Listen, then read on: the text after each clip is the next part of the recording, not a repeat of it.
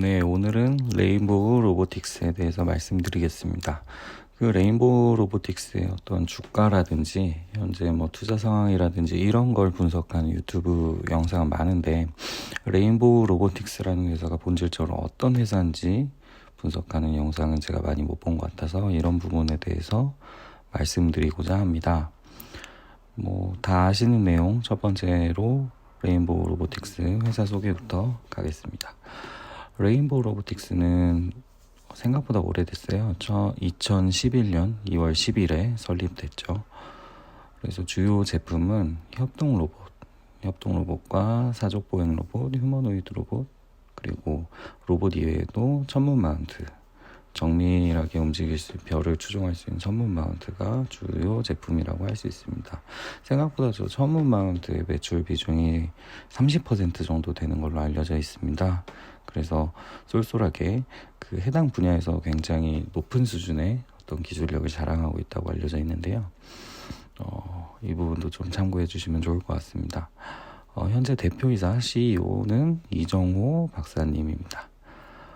네, 레인보우 로보틱스는 뭐 다 아시다시피 카이스트 교수 출신 휴보 아빠라고 불리는 오준호 박사님의 그 카이스트에서 운영했던 연구실을 모태로 설립이 되었고요. 그래서 그 교수 창업이라고 하죠. 2011년에 교수 창업으로 레인보우 로보틱스가 설립되어 있습니다. 대다수의 로봇 기업들, 특히 스타트업들이 보통 수도권에 있어요.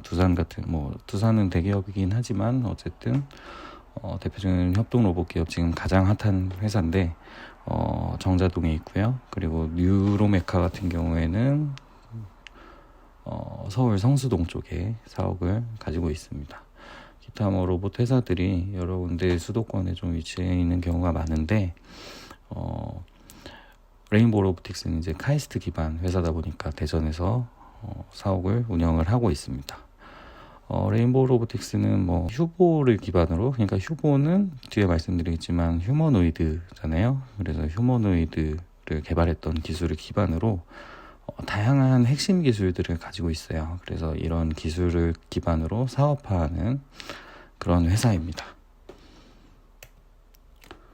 네, 레인보우 로보틱스의 역사에 대해서, 연혁을 회사에서 참고한 내용하고 제가 알고 있는 내용 여러 가지 종합적으로 해서 말씀드려 보도록 하겠습니다. 누차 말씀드리지만 레인보우 로보틱스에서 오준호 교수를 빼놓고 말을 할 수는 없습니다. 왜냐하면은 이 회사의 가장 최대 주주기도 하고 기술적으로 가장 기여도가 높았고, 그리고 정신적 지주라고도 할 수 있죠. 지금도 사족 보행 로봇 개발에 굉장히 많이 참여를 하고 계시다고 알고 있습니다. 네, 오준호 교수님이 카이스트의 기계공학과에 부임한 게 1985년이고요.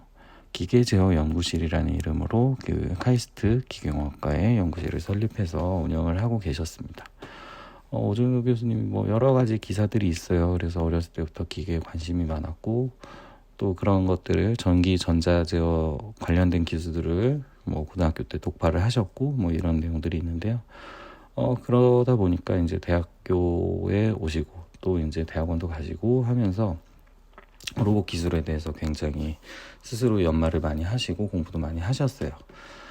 그래서 이제 85년에 카이스트에 부임하셔서 그때부터도 쭉 로봇 관련된 연구를 혼자, 우리나라에 사실은 그런 연구를 하는 데가 많이 없었어요. 거의 독보적이라고 하실 수 있죠. 그래서 그걸 계속 개발하시다가 2000년도에 일본 혼다에서 발표한 아시모가 등장을 합니다. 아시모가 등장을 하면서 오준호 교수님도 저거 나도 만들 수 있지 않을까. 그때까지 이제 로봇의 제어와 관련된 거, 모터 제어와 관련된 거, 여러 가지 기구 제어, 학습에 대한 이런 것들을 이제 계속 연구를 해오셨는데 그때 만들 수 있지 않을까 해서 일단 1차로 KHR1, 나중에 사진이 보이겠지만 뭐 하체 위주로 이제 기계가 돼 있어요. 그걸 기반으로 만드셨고, 그 1년 만에 만드셨고, 그 1년 뒤에 거기에 케이싱, 그래서 팔 다리가 완벽하게 있는 KHR2까지 만들어요.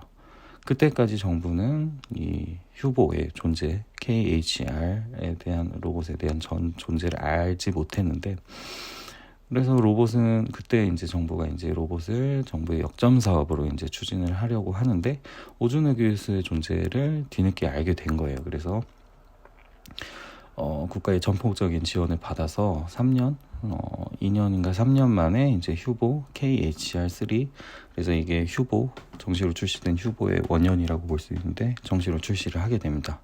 이게 뭐 아시모 같은 경우에는 뭐 한 2천억 들었다고 알려져 있고요. 당시에 뭐 아틀라스 아마 그때는 없었을 거예요. 보스턴 다이나믹스라는 회사도 아마 없었을 것 같은데, 어쨌거나 그런 로봇을 굉장히 적은 예산으로, 상대적으로 굉장히 적은 예산으로 이족보행 인간형 로봇을 만드시게 됩니다. 그래서 이게 굉장히 센세이셔널한 파급 효과가 있었죠. 그래서 국내뿐만 아니고 해외에서도 요 휴보가 알려지게 됩니다.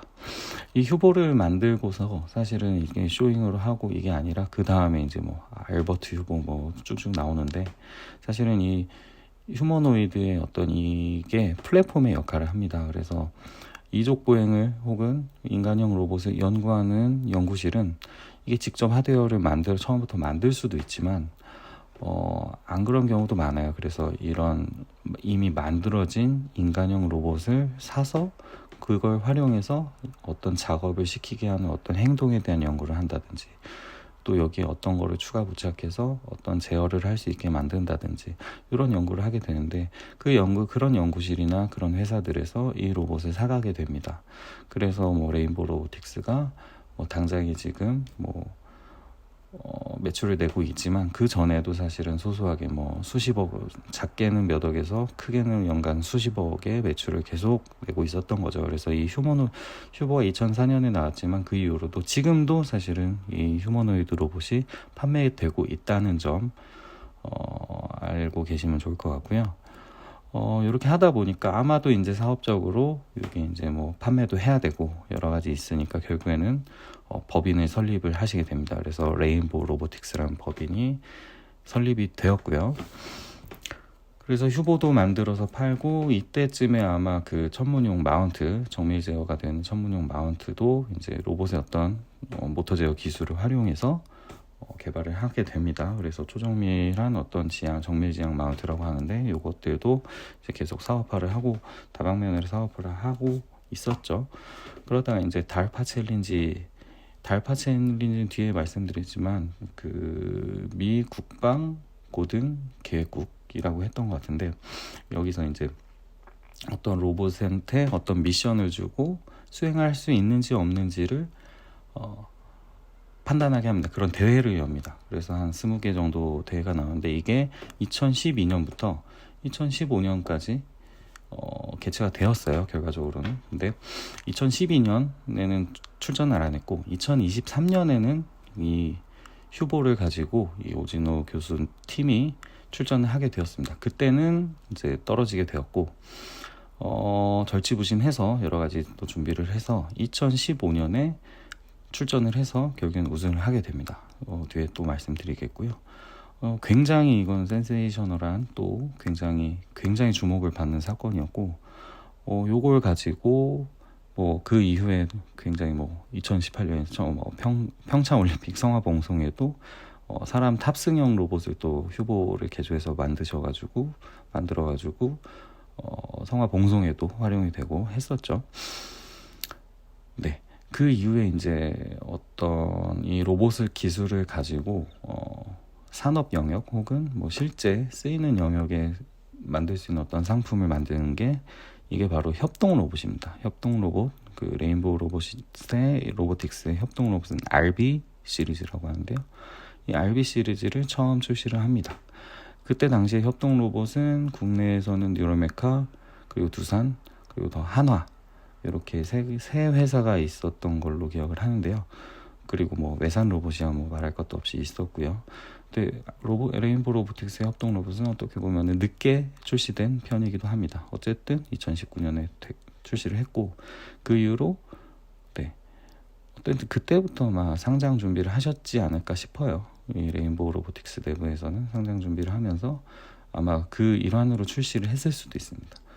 어쨌든 협동 로봇 사업이 생각보다 처음에는 뭐 한 10억, 20억 정도 했을 거예요. 레인보우 로보틱스가. 지금은 물론 이제 뭐 그 이상을 하고 있지만 어쨌든 여러 가지 내재된 기술, 뭐 휴머노이드 만드는 거 아무나 못 하는 거거든요. 그리고 이걸 가지고 뭐 전문 마운트 산업화했고 협동 로봇도 성공적으로 만들어서 출시를 했으니까 이거에 대한 어떤 가치를 부여받아서 결국에는 인정받아서 코스닥에 상장을 했고 올해 로봇의 어떤 증시에 돌풍을 일으키게 된 시초가 결국엔 레인보우 로보틱스에 대한 삼성전자의 지분 투자가 있었죠.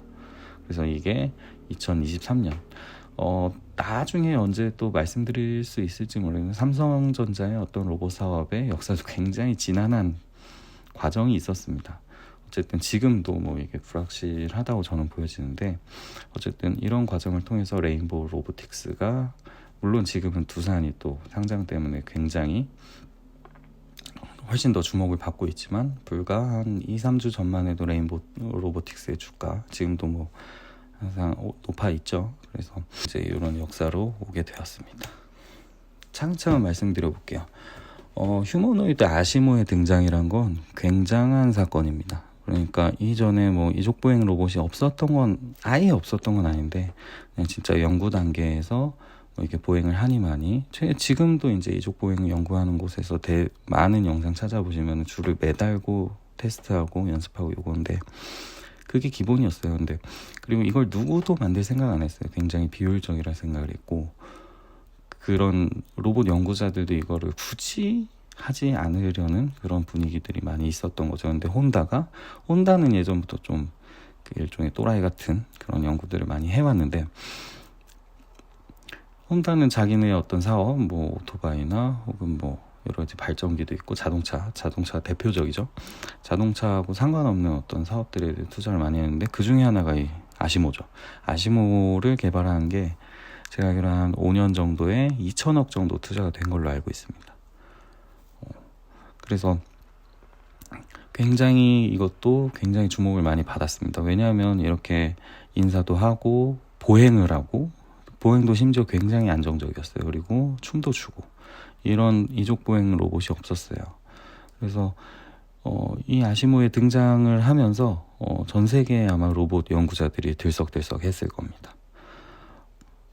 그래서 이 아시모가 등장을 해서 또 그 이후에 계속 발전을 합니다. 최근에 2017년까지 계속 꾸준히 개발을 해왔다고 합니다. 그래서 세계 최초의 휴머노이드 로봇 또 세계 최초로 달리기에 성공한 휴머노이드. 지금은 뭐 보스턴 다이내믹스의 아틀라스 로봇 같은 거 보면은 뭐 말할 것도 없죠. 굉장히 발전이 있었습니다. 또 그 와중에 휴보 아까 말씀드렸죠. KHR 123 왼쪽부터 123인데 아주 기초 프로토타입 1번이 성공을 한 거예요. 이족 보행도 하고 또 팔도 움직이고 이게 한 2000년 정도 된다고 알고 있고 2001년쯤에 KHR 2호 그래서 케이싱도 하고 좀 더 외형적으로나 형상적으로 좀 더 안정적으로 만든 손도 KHR 1호 버전에서는 손도 제대로 달려있지 않았지만 2호 버전에서는 손도 달려있고 그렇죠. 그래서 이거를 개선해서 만들었습니다. 이때 이제 투자를 받아가지고 결국에는 세 번째 모델을 만들어서 휴보가 탄생을 했죠. 한국 최초의 휴머노이드, 명실상부한 한국 최초의 휴머노이드입니다. 우리나라는 그런 정밀 제어 기술이나 자동 제어 기술 뭐 이런 기술이 굉장히 발달한 나라는 아니었어요. 그런 나라라고 하면 일본 혹은 뭐 진짜 최신 제어 기술 같은 경우에 미국도 굉장히 잘하고 있었고 또 독일도 마찬가지로 잘하고 있는 회사 뭐 세계 유수의 여러 가지 이런 로봇이나 이런 제어 기술을 갖고 있는 회사들은 나라들은 많이 있었어요. 근데 한국의 오준호 교수 똘끼가 있으신 것 같아요. 굳이 안 하는데 혼다가 했듯이 우리나라 굳이 안 하는데 오준호 교수가 이거를 만들어서 근데 성공을 했어요. 굉장히 주목을 받았었습니다. 그래서 그래서 휴보랩이라는 그 연구실 이름도 휴보랩으로 바꿨죠. 저는 이게 레인보우 로보틱스의 어떤 모태가 되는 어떤 그런 제품이라고 생각을 합니다.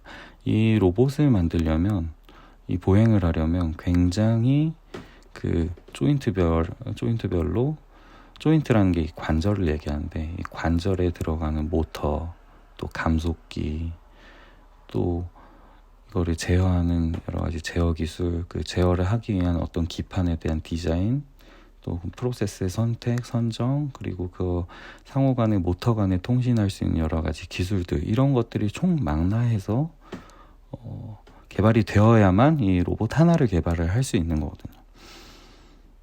그 하나라도 빠지면은 이게 성공을 못 합니다. 이 휴보랩에서는 이런 것들을 다 자체 개발을 했다고 알려져 있어요. 그래서 이런 부분이 결국에는 지금의 레인보우 로보틱스의 어떤 내재화된 우수한 기술력을 만든 게 아닌가 싶습니다. 그래서 다시 한번 말씀드리지만 이 휴보가 레인보우 로보틱스 기술의 모태라고 할 수 있다. 이렇게 저는 생각을 합니다. 이렇게 휴보를 만들어서 뭐 계속 아까 말씀드렸듯이 플랫폼으로서 판매를 하고 있었죠. 그러다 이제 달파 챌린지, 달파 로보틱스 챌린지입니다. 여기에 참가를 하게 됩니다. 달파라는 곳은 미국 국방고등연구계획국이라는 곳인데, 이게 이제 아까 말씀드렸다시피 2012년부터 2015년까지 열리게 됩니다. 해마다. 그래서 뭐 지금 이제 한 20개 팀 정도가 이제 한 회에 출전을 하게 되는데, 이게 왜 이 대회가 생겼냐면, 이 대회 내용은 뭐냐면, 저런 어떤 로봇이 예를 들어 뭐 발전소가 무너졌다든지 어떤 화재가 일어나 어떤 재난이 있는 공간이에요. 그래서 이런 곳은 뭐 예를 들어 발전소가 공장이면 뭐 밸브를 어떤 유해 물질이나 혹은 뭐 폭발성 가연성 물질이 나오는 어떤 공간이면 그 밸브를 잠궈야 한다든지, 혹은 어떤 곳을 통과하려면 이거를 부숴야 되는데 도구는 사람이 쓰는 도구밖에 주변에 없어. 그러면은 이걸 이용해서 어떻게 할 수 있느냐, 어떻게 이거를 통과해서 뭐 사람을 구해낸다든지 혹은 뭐 어떤 임무를 수행한다든지, 이런 거를 이제 하는 건데, 제가 알기로는 그런 거예요. 그러니까 저희 원전 사태가 있었는데, 그쵸, 일본에서 후쿠시마 원전 폭발 사태가 있었는데, 이때 뭐 일본은 정말 세계 최고의 로봇 강국인데, 뭐 일본 로봇뿐만 아니고 전 세계 어떤 로봇도 그 후쿠시마 원전 현장에서 뭐 하나 제대로 할 수 있는 로봇이 하나도 없었던 거예요. 그러니까 이거는 뭐 문제다. 그러니까 이 로봇 기술을 아무리 개발하면 뭐하냐. 재난 로봇이라는 테마는 사실은 되게 오래된 테마거든요. 근데 그걸 가지고 뭐 국가 연구비나 뭐 회사들이 이제 개발을 한 것들이 아무런 쓸모가 없는 거예요. 그러니까 그래서 결국에는 이 달파에서는 이런 상황을 전제를 해서 이 미션을 수행할 수 있는 로봇을 개발하는 곳에 뭐 $200만 상금을 주겠다, 이런 거거든요. 그래서 이게 12년, 13년, 14년, 15년 4번이 열린 거죠. 그런 거였고, 결론적으로는 카이스트가 2015년 대회에 우승을 합니다. 굉장히 좋은 성적으로 우승을 하는데, 여기 뭐 사실은 한국 팀이 한 3개 정도 출전을 했어요. 뭐 교수님 국적으로 따지면 팀 토르는 데니스 옹 교수님이라는 굉장히 미국에서 유명한 한국계 교수님인데, 이분까지 포함하면 뭐 4팀이죠. 근데 뭐 미국 분이시니까, 그래서 결국에는 3팀 정도가 이제 한국에서 출전을 했습니다. 그래서 카이스트하고, 그리고 서울대, 그리고 로보티즈라는 또 로봇 회사가, 훌륭한 로봇 회사가 있는데 여기서 출전을 했습니다. 결국에는 카이스트가 1위 하고, 2위는 이제 플로리다 주립대에서 그 보스턴 다이나믹스의 아틀라스 기반으로 출품을 해서 2등을 하고요. 카네기 멜론 대학이 이제 3등을 했습니다. 굉장히 뭐 여러 가지 기술, 로봇 기술이나 이런 걸로 굉장히 유명한 그런 학교나 이런 기관들을 제치고 당당하게 1위를 거머쥐었습니다. 네. 그래서 요게 인간형 로봇으로 이런 미션을 수행하고 했다는 게 굉장히 대단하고요. 특이한 거는 뭐 밑에 사진 보시면 아시겠지만 다른 데는 사실은 이런 바퀴, 저게 이제 무릎을 꿇은 이유는 무릎에 바퀴가 있어요. 그래서 평지를 이동할 때는 저 바퀴를 최대한 활용을 했다고 합니다. 이게 뭐 여담으로는 다른 출전팀, 특히 이제 한국팀, 제가 서울대 팀하고 로보티즈 팀을 다 각각 아는 사람이 있는데 다 카이스트 팀을 싫어해요. 아직도. 반칙이다 저건, 이렇게 생각을 하는데 사실 저런 특별한 규정은 없었다고 해요. 뭐 어떻게 보면은 룰을 굉장히 잘 파악을 하고 했던 거죠.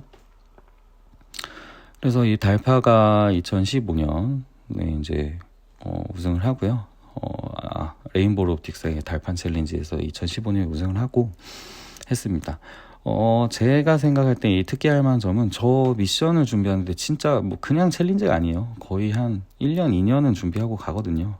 뭐 1년, 2년이 이제 저 로봇 만드는 것부터 해서 그 미션을 해석하고 이 미션을 어떻게 수행할지에 대한 제반 시스템을 만드는 것부터 해서 굉장히 많은 과정들이 필요합니다.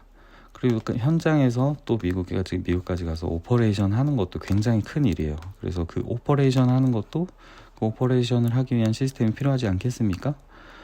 뭐 여러 가지 굉장히 준비를 많이 필요한데, 그래서 들어가는 연 인원도 뭐 사실은 이 프로젝트도 결국에는 카이스트 오즈노 교수 팀 교수님 이하뿐만 아니고 카이스트에 또 굉장히 훌륭한 교수님 중에 권인소 교수님이라고 계시는데, 이쪽은 이제 인지나 비전 쪽을 연구하시는 분이 아마 이쪽 달파 챌린지에서도 그런 부분을 이제 담당을 하셨을 거라고 봅니다. 왜냐하면 눈으로 봐야 되고 뭐 측정해야 되고, 얘가 뭐 예를 들어 저 위쪽에 동그라미 있는 거는, 사진에 동그라미 있는 건 저 동그라미에 정확하게 파야 되거든요. 그것도 점수에 들어가는 건데, 뭐 이런 인지적인 부분이 있는데 권인서 교수님 쪽에서 아마 그런 부분을 이제 담당하지 않을까.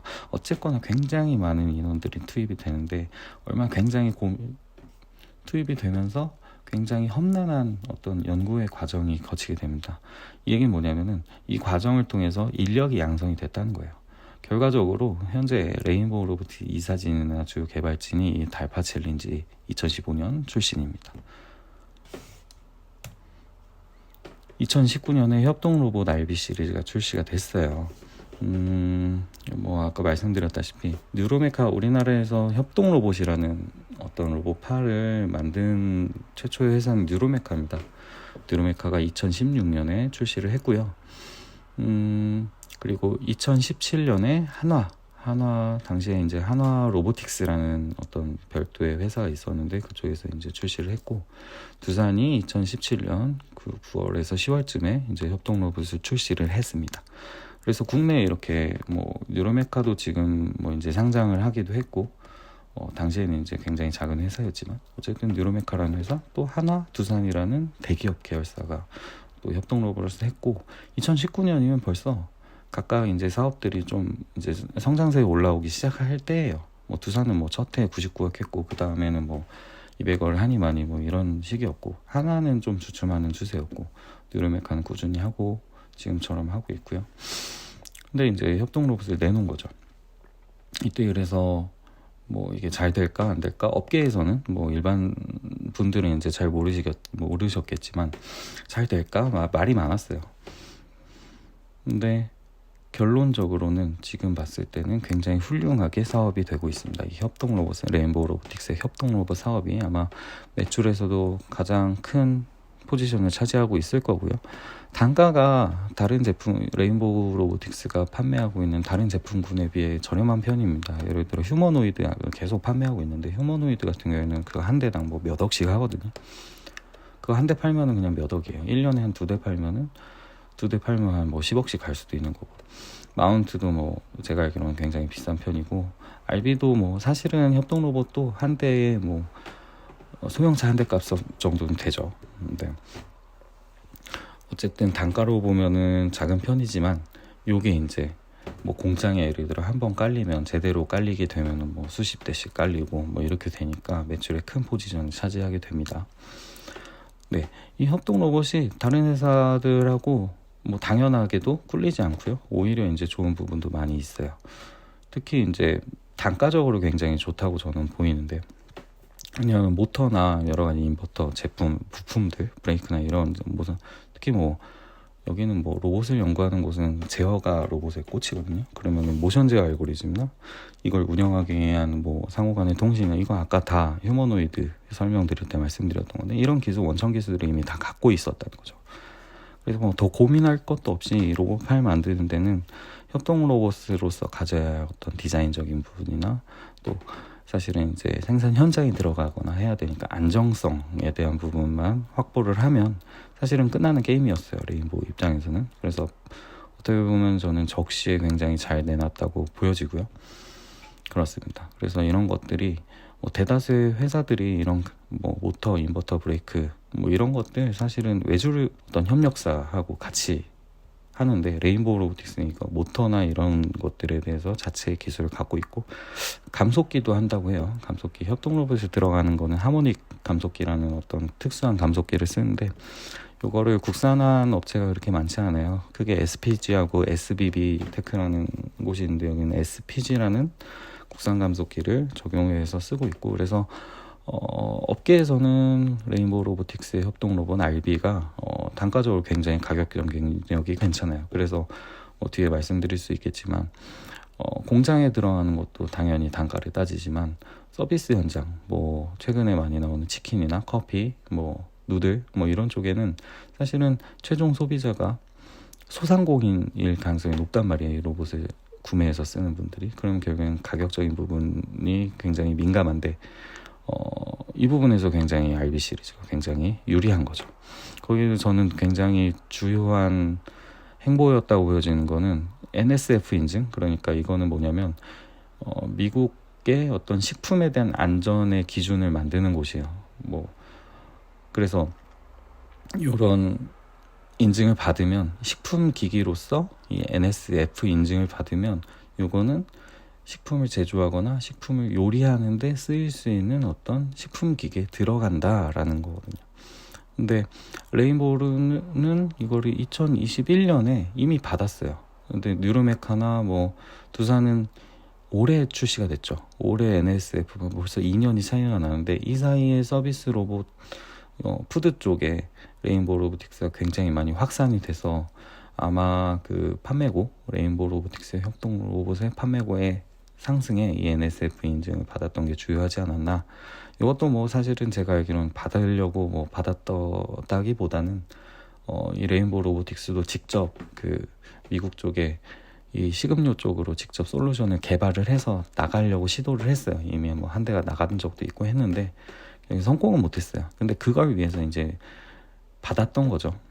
그래서 이 NSF 인증을 받으려면 뭐 예를 들어 그런 거예요. 기계에는 보통 저렇게 움직이는 부분에는 뭐 그리스라고 하죠. 그런 윤활유나 이런 것들도 들어갔고 또 겉에 이제 도료 그리고 이게 청소가 얼마나 용이하냐 기계적인 부분들도 이제 다 수정을 해야 돼요. 그래서 도료는 뭐 식품이나 이쪽에 쓰이는 도료 그리고 그리스도 뭐 식용 그리스 위주로 써야 되고 뭐 예를 들어 표면에 볼트가 있거나 이런 부분은 뭐 예를 들어 그 육각으로 된 렌치 볼트나 이런 걸 쓰면 안 된다 뭐 이런 규정들이 있거든요. 그런 거를 다 설명을 해서 나온 게 NSF 버전인 거죠. 그래서 다른 회사들도 올해 그걸 다 대응을 해서 나온 겁니다. 어쨌든 레인보우 로보틱스는 이게 굉장히 빨랐다. 그래서 확산을 했고 결국엔 그걸 인정받아서 상장을 한 거죠. 네, 그뿐만이 아닙니다. 뭐 이거는 정식 출시된 것도 있고 아닌 것도 있는데 사족 보행 로봇 같은 경우에는 뭐 많은 우리나라의 뭐 요르메카도 개발한다고 하고 있고 그리고 뭐 다른 성균관대 기반의 그 로봇 회사 에이딘 로보틱스도 개발을 해서 내놓고 있고요. 레인보우 로보틱스도 내놨고 그 지난번 작년 전시에 이제 이재명님이 이걸 뒤집어가지고 그게 또 이슈가 됐었던 적이 있습니다. 뭐 뒤집어도 괜찮다 해서 이제 뒤집으신 거죠. 그래서 네 문제가 없었던 걸로 기억이 나고요. 그래서 이런 사족 보행 로봇 같은 경우에도 어쨌든 이족 보행보다는 쉽겠죠 당연히. 그래서 구조적으로는 굉장히 활용 가능하게 이제 만들고 있고, 요게 뭐 정식 출시는 아니라고 알고 있습니다. 근데 뭐 연구용이나 이런 쪽으로는 이제 판매를 하고 있는 걸로 알고 있고요. 그래서 스팟, 보스턴 다이너믹스의 스팟은 지금 뭐 1억에서 1억 5천 정도의 국내에 유통이 되고 있어요. 그래서 이걸 가지고 뭐 보안용 서비스 솔루션으로 만든다든지 이런 거는 시도가 많이 되고 있는데, 이쪽을 노리고 혹은 그걸 개발하기 위한 연구용 플랫폼으로서 판매가 되고 있는 걸로 알고 있고요. 최근에 또 특이할 만한 점이, 불과 뭐 며칠 안 되는데 서빙 로봇을 출시를 했어요, 레인보우가. 요거는 좀, 좋은 방향인지는. 왜냐하면 서빙 로봇이 뭐, 또 잘 아시는 분도 계시겠지만 굉장히 지금 경쟁이 치열해요. 중국산 로봇도 있고, LG에서도 만들었고, 뭐 여러 가지 국내 또 중소, 또 베어 로보틱스라는 굴지에 또 미국 회사인지 한국 회사인지 모를 그런 회사도 있고, 물론 굉장히 잘하고 있는 회사입니다. 그래서 이런 여러 경쟁이 있는 와중에 이걸 내놨다는 거가 뭐 이제 어떤 상품화, 로봇 기술 활용 어떤 상품을 만드는 관점에서는 굉장히 저는 좋은 부분이라고 하는데, 하나의 카테고리의 어떤 경쟁으로 봤을 때는 굉장히 좀 불리할 수 있지 않을까 이 생각도 하고 있습니다. 근데 어쨌거나 레인보우 로보틱스는 지금 자금이 풍족하겠죠.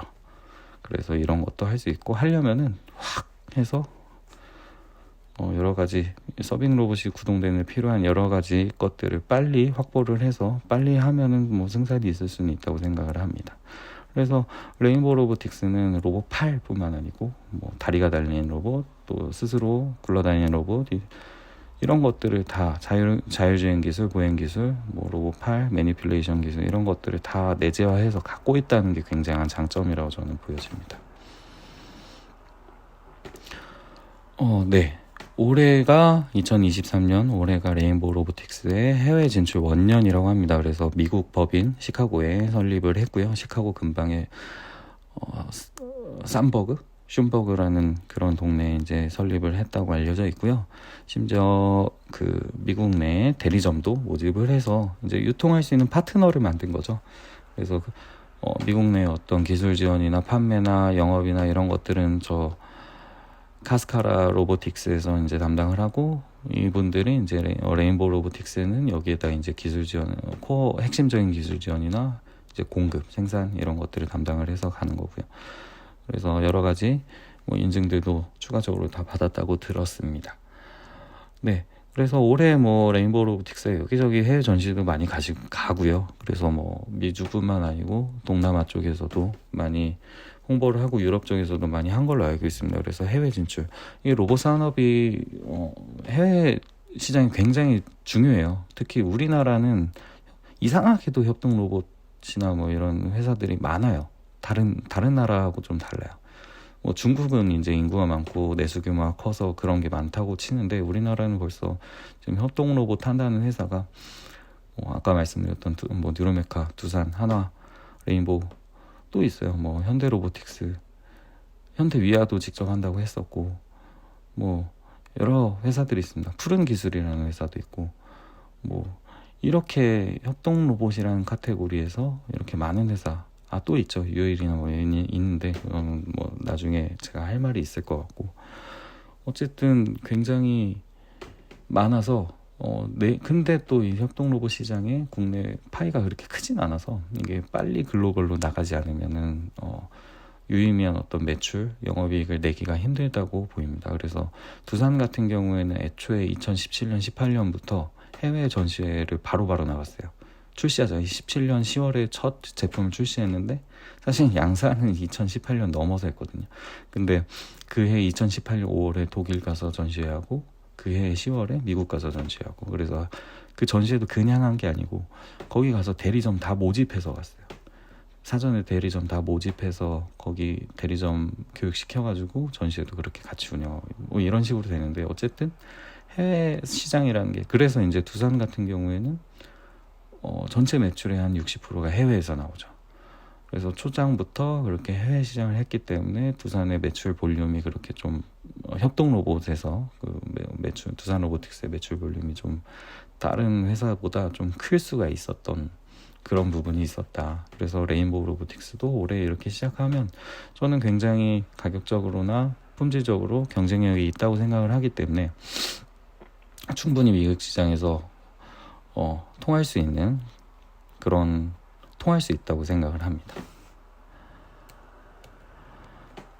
네, 앞서 말씀드린 내용들을 좀 간략하게 이제 봤는데 정리를 해볼게요. 그래서 레인보우 로보틱스는 휴보를 개발하면서 또 그 이전 또 그 이후에 쭉 연구 개발을 하면서 쌓인 다양한 내재된 기술, 또 이게 상용화가 가능한 기술들이 저는 많다고 보여집니다. 하드웨어 기술이나 소프트웨어 기술 이런 것들이 굉장히 내재화가 많이 되어 있고요. 또 로봇 기술 전문가, 이게 되게 특징인데 최대 주주인 오준호 교수님도 당연히 로봇 교수님이고 기계공학과 교수님, 엔지니어 출신이고, 이정호 대표도 오준호 교수 제자 출신으로 박사까지 하시고 삼성중공업 조선 쪽의 로봇 사업부에서 또 오래 일하시다가 이쪽으로 오신 걸로 다 알고 있고요. 그 밑에 임정수, 허정우 이사진들은 그냥 여기 휴보랩에서 박사하고 그냥 계속 레인보우 쭉 있는 분들이에요. 그래서 주요 핵심 경영진들이 다 기술인이라는 거죠. 저는 이게 되게 특이할 만한 일인 거는 이 기술을 알아야 돼요. 로봇 기술은 지금 만들었다고 끝이 아니에요. 계속 발전을 해야 되고 기술적으로 발전하고 신기술을 학습해서 접목하고 하나의 상품을 만들어내는데 돼야 되는데 이게 끊이면 안 돼요. 왜냐하면은 나중에 또 말씀드릴 일이 있을 것 같은데 로봇의 판이라는 게 사실은 자동차나 반도체나 이것처럼 막 수십조, 수백조 시장이 아직은 아니란 말이에요. 그러면 그렇게 갈 수 있는 어떤 상품을 만들어야 이 회사가 크고 전체 파이를 키워나갈 수 있는 건데, 당장 협동 로봇 몇 번 해서 영업이익 나서 해봐야 조 단위 가기 어렵거든요. 근데 결국에는 이 제품의 혁신이 계속적으로 이루어져야 된다는 건데, 저는 레인보우 로보틱스의 경영진이 다 기술 인력으로 구성이 되어 있고 경영적으로도 상상 성공했고 작년에 흑자 받고 또 삼성한테 투자 받고, 이게 굉장히 고무적이라고 생각을 합니다. 그래서 저는 레인보우 로보틱스의 어떤 그런 미래에 대해서는 굉장히 밝은 부분이 많다고 저는 보여집니다. 네. 그래서 제가 알기로는 그래서 어쨌든 이분들이 사실은 진짜 로봇 덕후들인 것 같아요, 제가 봤을 때는. 그래서 궁극적으로는 제가 듣기로는 휴머노이드 로봇, 그러니까 휴보 좋은데 일상에 쓸 수 없죠. 이분들의 목적은 일상에 쓰일 수 있는 휴머노이드, 인간형 로봇을 만드는 게 궁극적인 목적이다라고 저는 알고 있습니다. 일론 머스크가 옵티머스 내놓는다, 그거랑 똑같은 거예요.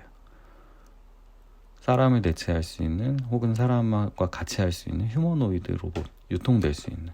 그래서 지금 레인보우 휴보 같은 경우에 판매가가 한 2억에서 3억, 4억, 커스터마이징 하는 거 일단 5억까지도 간다고 알고 있는데, 그렇게 가면 이제 아무도 못 쓰죠. 그러니까 예를 들어 수천만 원, 1,000만 원, 2,000만 원, 3,000만 원 정도는 돼야 이게 어디 가서 이제 쓸 수 있는데, 최종적으로 궁극적으로 레인보우 로보틱스는 그걸 하고 싶은 분들이 모인 거라고 알고 있고요.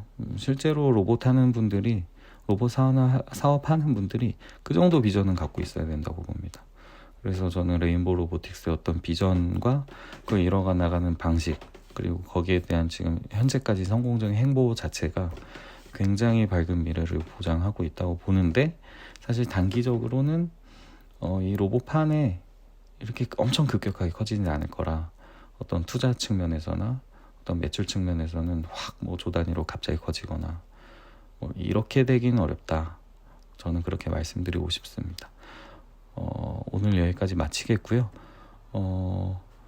굉장히 중언부언 했던 것 같은데 다음번에는 다른 로봇 기업으로 다시 찾아뵐 수 있도록 하겠습니다. 감사합니다.